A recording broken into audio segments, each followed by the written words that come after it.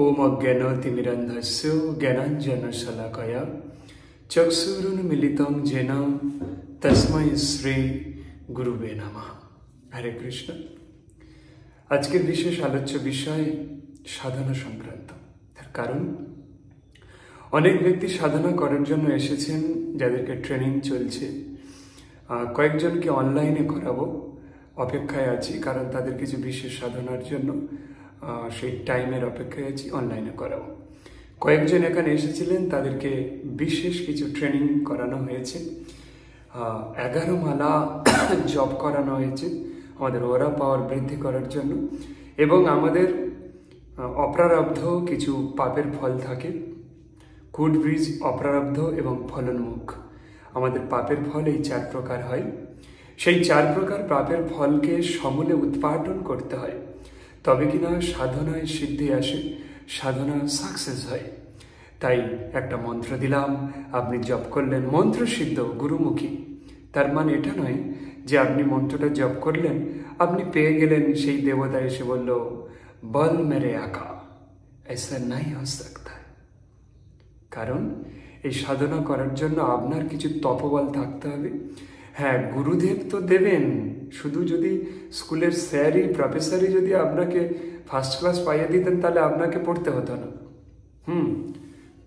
দুটো ইচ্ছার প্রয়োজন, আপনার প্রফেসরের ইচ্ছা এবং আপনারও ইচ্ছা। তাই ভগবান কৃষ্ণকে মা যশোদা যখন ওই উদুখলের সঙ্গে দড়ি দিয়ে বাঁধতে চাচ্ছিলেন, তার দুষ্টামি সহ্য করতে না পেরে, 9 লক্ষ গাভীর ধেনু কম পড়ে গিয়েছিল। প্রত্যেকবার 2 আঙুল করে কম পড়ছিল, 1 আঙুল নয়, 3 আঙুল নয়, 4 আঙুল নয়, 2 আঙুল। কেন? নিজের ইচ্ছার ভগবানের ইচ্ছা দুটো যখন মিলিত হবে, তখনই কিন্তু সেটা সংগঠিত হবে। তেমনি সাধনার ক্ষেত্রটা নিজের পূর্ণ ইচ্ছা, তার সঙ্গে যে মন্ত্র দিচ্ছেন তার পূর্ণ সহযোগিতা। অ্যাকচুয়ালি আমি কোনো গুরু নই, গুরু হওয়ার কোনো যোগ্যতা আমার নেই, অধিকারও নেই। আমি জাস্ট কোনো গুরুর পারমিশনে আমি আপনাদের হাতে এটা প্রদান করছি, সমাজের কিছু ভালো এবং উন্নতি করবে। চারিদিকে ফেক বাবাদের অত্যাচারের জন্য এটা করছি। কিন্তু ধীরেন্দ্র শাস্ত্রী, বাগেশ্বর ধাম সরকার কোনো ফেক নন। তো যাই হোক, এরকম অঘর মার্ক এরকম কিছু কিছু আছে দেখলাম, প্রেমসাই মহারাজ, এরা ফেক নন, এরা না রিয়েল করছে।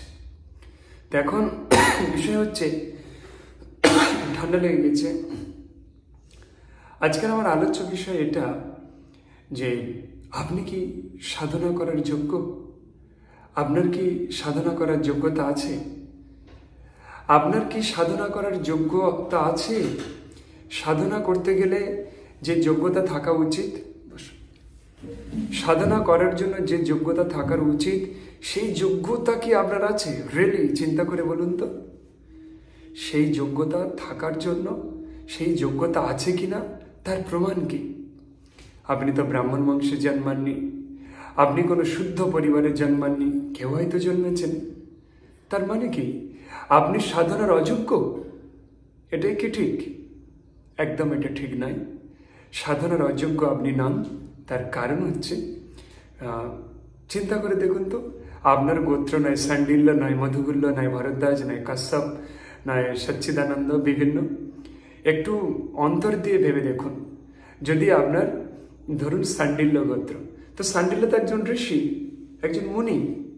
আপনার ধরুন মধুগুল্য গোত্র, মধুগুল্য তো একজন মহামুনি।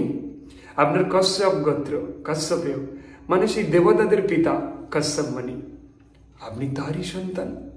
সাধনা করার যোগ্যতা আপনার নেই, কে বলল? আপনি তো অমৃতের পুত্র।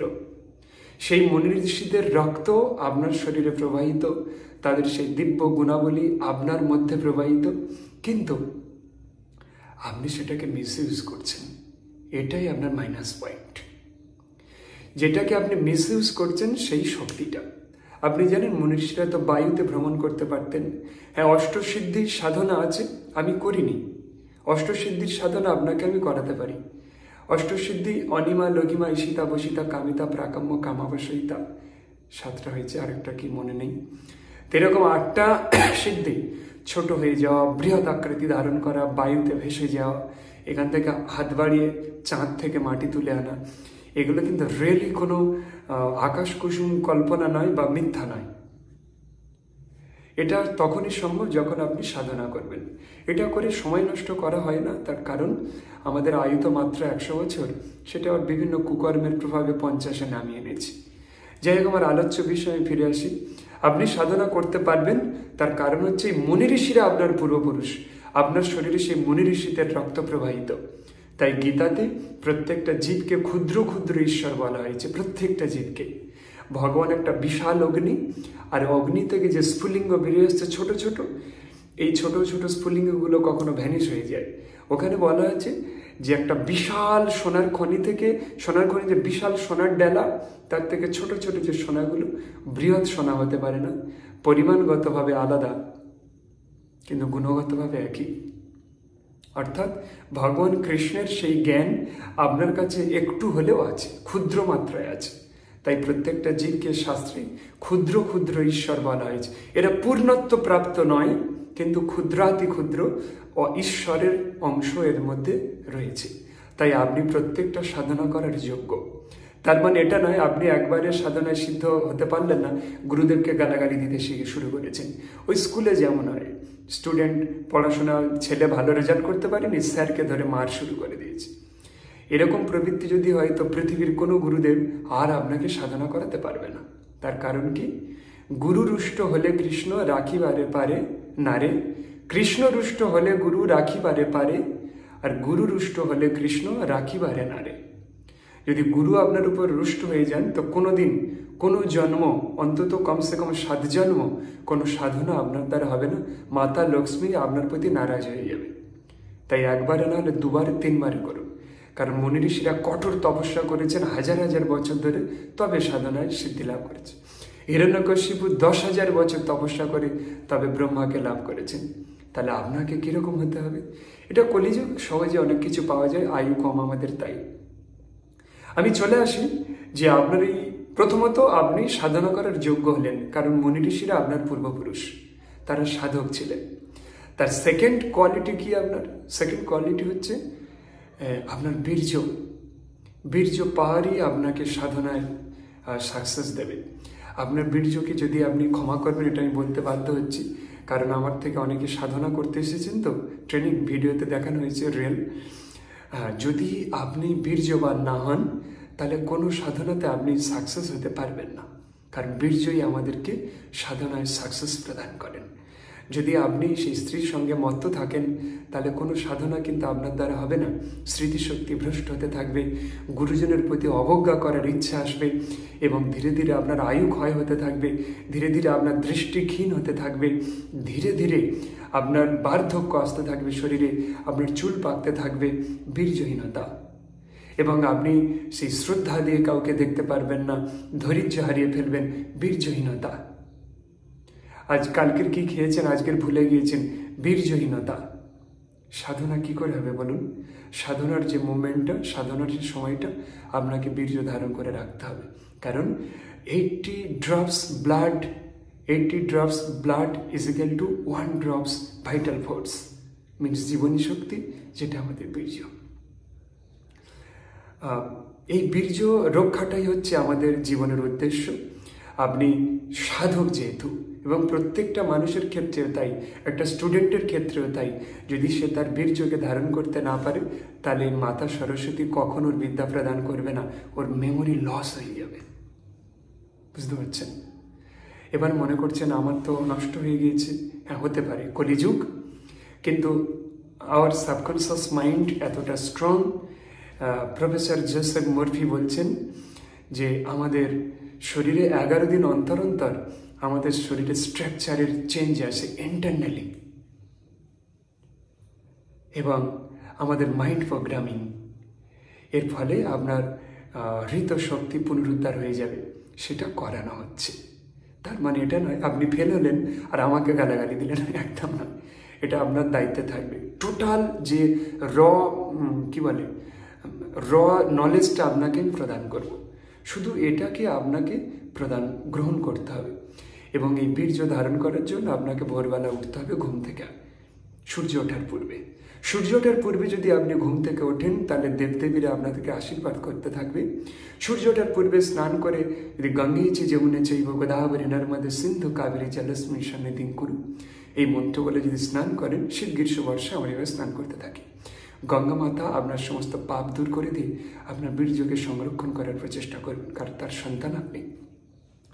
শাস্ত্রে বলা আছে গীতার 6ষ্ঠ অধ্যায় ধ্যান যোগম, সেখানে বলা হয়েছে যদি কোনো ব্যক্তি ভোরবেলা উঠে এই ধ্যান যোগ করে, আমরা মন্ত্রের মাধ্যমে জপ করি, এটার মাধ্যমে জপমালা যদি জপ করেন, তাহলে যদি আপনি আবার সম্ভবী মহামুদ্রা যদি লাগিয়ে করেন, তাহলে আমাদের পিটুটারি গ্ল্যান্ড অর্থাৎ কি বলে আজ্ঞাচক্র এবং সহস্রারম ক্রাউন চক্র 1000টা পাংড়ি বিশিষ্ট, আর এটা 2টো পাপড়ি বিশিষ্ট, গোল্ডেন, ইয়েলো এখানে অ্যান্ড হোয়াইট 3টে কালার এখানে আছে, আর এখানে অনলি ব্লু কালার।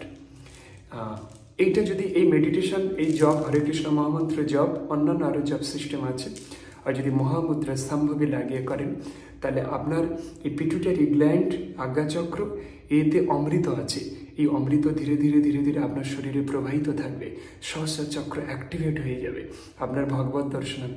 বিশ্বাস করছেন না? আমার সংসারে তো আছেন, আমাকে ফলো করুন, আমি যেগুলো বলছি সব আপনারা দেখতে পাবেন। শুধু ভোরবেলা উঠুন, ভোরবেলা না উঠলে বীর্য সংরক্ষণ করতে পারবেন না, আর বীর্য সংরক্ষণ যদি করতে না পারেন, সাধনা আপনার দ্বারা হবে না। I challenge you. বুঝতে পারছেন? সাধনাটা এত সোজা রাস্তা নয়, ক্ষুরধার সমসূক্ষ্ম। হ্যাঁ, ভগবত দর্শন সম্ভব, ভগবত দর্শন সম্ভব, কিন্তু যোগ্যতা কই? হরে কৃষ্ণ। এবং আরেকটা ছোট্ট মন্ত্র বলি বীর্য সংরক্ষণের জন্য, ওম অর্জমায় নমঃ, ওম অর্জমায় নমঃ। রাত্রে খালি পেটে থাকবেন, রাত্রে খাবেন না, রাত্রে খেলে শরীরে কোনো কাজে লাগে না, আমাদের অর্গ্যানগুলো ইনঅ্যাক্টিভ হয়ে থাকে, এটা বিষক্রিয়া করে। অল্প দুধ বা একটু জল খান বা হালকা একটা রুটি খান, খেয়ে ওম অর্জমায় নমঃ অনেকবার মন্ত্রগুলো বলুন, বলতে বলতে ঘুমিয়ে পড়ুন, বীর্য সংরক্ষিত হয়ে যাবে। শাস্ত্র অধ্যয়ন করে ঘুমিয়ে পড়ুন। হরে কৃষ্ণ। আর বলতে চাচ্ছি না, এই ভিডিওটা অনেক বড় হয়ে যাবে, এর পরে আবার পরের ভিডিওতে বলবো। হরে কৃষ্ণ।